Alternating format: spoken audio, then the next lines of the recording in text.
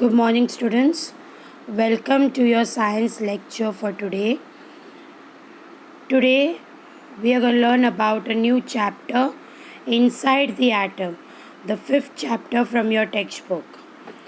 Before we start, let us ask us a question. What is meant by matter?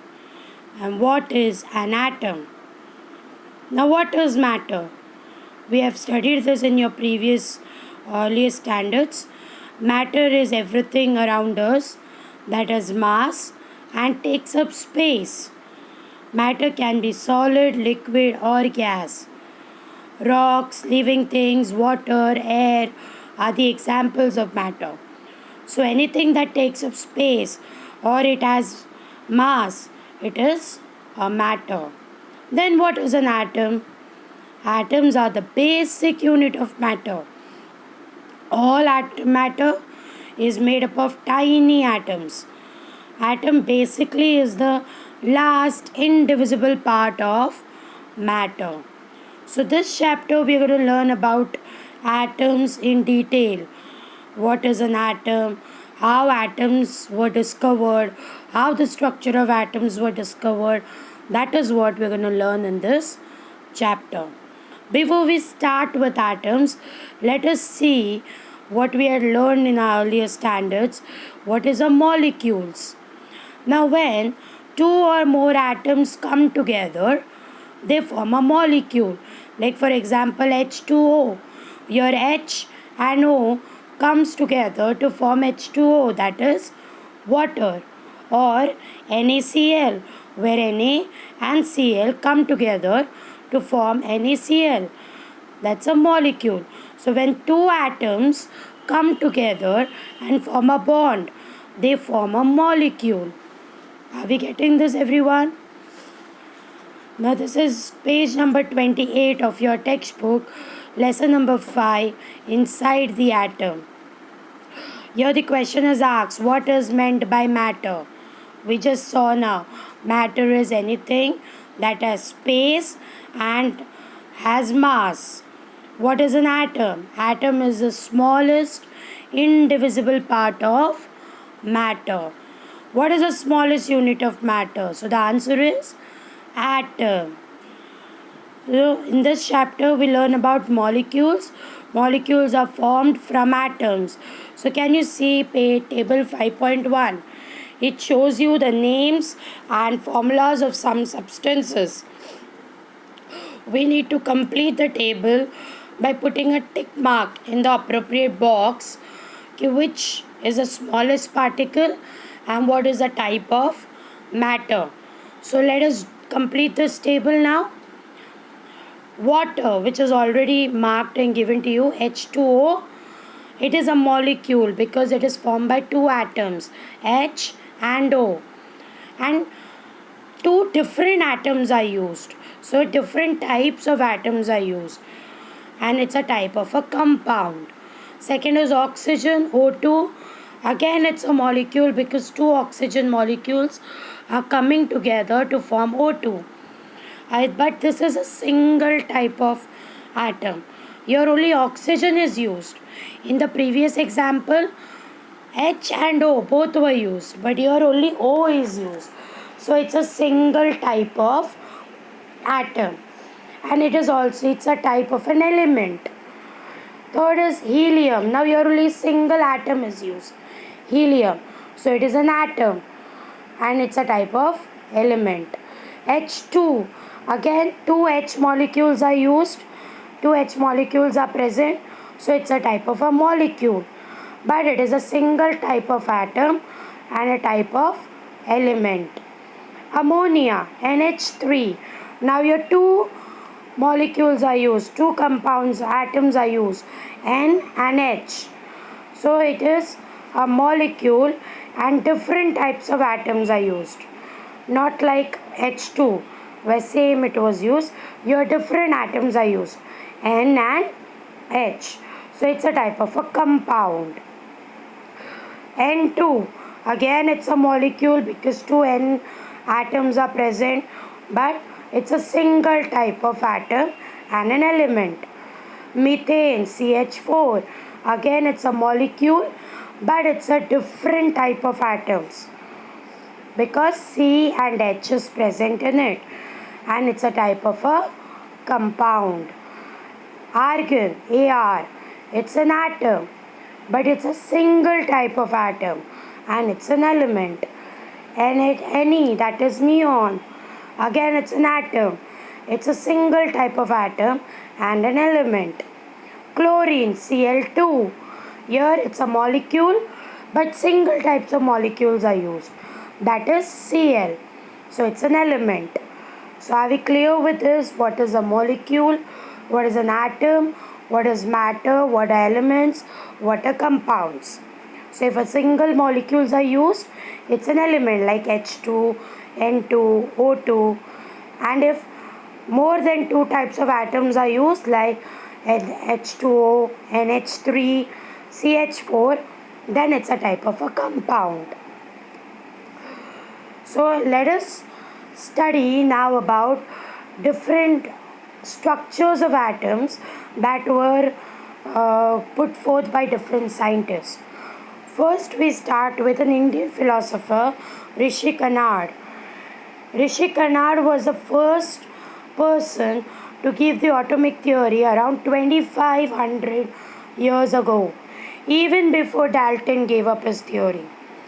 So, according to Rishi Kanad, atom is the smallest indivisible particle, but he did not name it as atom. He named it as Paramanu. According to him, he stated that the smallest indivisible part of matter is Paramanu.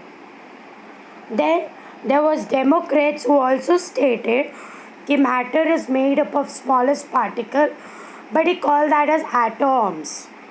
And according to him, atoms look like a small dot. So Democritus and Rishi Kanad was a few scientists who gave the atomic theory way before Dalton had given his atomic theory. Now, how did atomic theory came into existence? How different scientists told us what actually an atoms look like.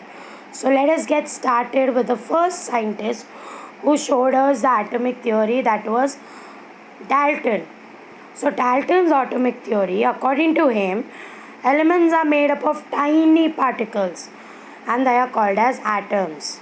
So he named those tiny particles as atoms. All atoms of given elements are identical. The atoms of given elements are different from those of any other elements. Atom of one element can combine with another element to form compounds. So according to him, the smallest part of matter is atom. An atom can combine with another element to form compounds or molecules, as we just saw. And each atom has different forms. Now, page number 29, you have this Dalton's atomic theory. British scientist John Dalton put forth in 1803 AD his celebrated atomic theory. According to this theory, matter is made up of atoms, and atoms are indivisible and indestructible. As I said, matter is the smallest indivisible part of matter. All atoms of an element are alike, while different elements have different atoms with different mass. One element, all the atoms will be alike. Like for example, if I take hydrogen atom, all atoms of hydrogen will be same. But if I give you an example, like if I take hydrogen and oxygen, atoms of hydrogen will be same, but atoms of hydrogen and oxygen will differ from each other. Can you see they've given you, try this in your textbook. The first question, take a solid ball and a bundi laddu, press both the sphere with your palms. What do you find? Cut the solid ball with sharp knife. What do you find? So now we take a bundi laddu. Everyone has seen a bundi laddu. So now you take this bundi laddu and you press it with your palm. What you see? you will find these small bundis crushed. You can see it, that laddu gets uh, crushed into these small bundis. But if you cut a solid ball, you will find two balls, a ball cut into two half. So what do you understand from this? According to Dalton, atoms are like these bundis, where each bundis, when you combine together, it forms a laddu.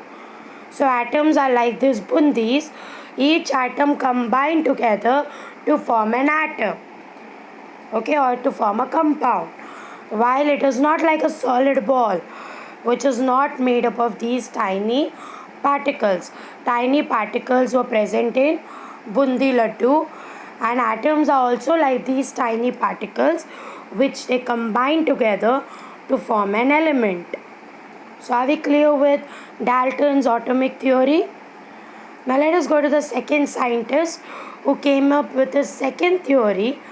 Because Dalton could not explain to us how an atom works or what elements are present in an atom, then Thomson came up with this plum pudding model, or called as a watermelon model. According to Thomson, an atom is like a solid sphere or a solid circle of positive charge material, and negative charges are embedded in it. Like he gave an example of a watermelon. Like the watermelon, the atom is like a watermelon, the whole watermelon is of a positive charge, and the seeds of the watermelon are the negative charge. So according to Dalton, the red edible part of watermelon is compared with the positive charge. The red part of watermelon is the positive charge, and the black seeds are the negative charge. So as you can see here, the whole atom is made up of positive charge, and the black seeds of watermelon are made up of negative charge.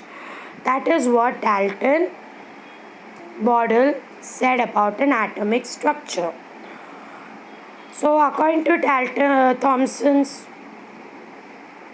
plum pudding model, the plum pudding model of an atom put forth by Thomson in the year 1904 is the first model of atomic structure. According to this model, a positive charge is distributed throughout the atom and negative electrons are embedded in it. The distributed positive charge is balanced by the negative charge on the electrons. Therefore, the atoms become electrically neutral. In page number 29, they've given you two questions. How will you think? Use your brain power. How will you think about atomic mass distribution to Thomson's model? Whether this distribution is uniform or non-uniform as per Dalton's atomic model. So, in Thomson's atomic model, the distribution of atomic mass is uniform, while in Dalton did not give us any such theory about distribution of atomic mass. The next other question they've given you, do you know, or it's a information, plum pudding or plum cake is a sweet dish prepared during Christmas. In olden times, this dish was made in Western countries by adding pieces of dry fruit called plum. These days, raisins or dates are used. So this is your plum cake. So Thomson's model was also referred as plum pudding model, because like this plum cake, the cake is a positive charge and all the dry fruits present in it are the negative charge. According to Thomson, the whole atom like this cake is the positive charge, and negative charge, that is electrons, are present inside these positive charge like these dry fruits. So Thomson's model is known as plum pudding model. So today we have learned about what is a matter, what is atom, what is molecule, and we learned about different structures of atom given by different scientists like Rishi Karnad, the Democrats, Dalton, and Thomson. Next lecture, we will be learning about the other scientists who explained us about different elements present inside the atom and which elements are having which charge. And in detail, we are going to study about the atomic structure of atoms. So that's it for today. Thank you, everyone.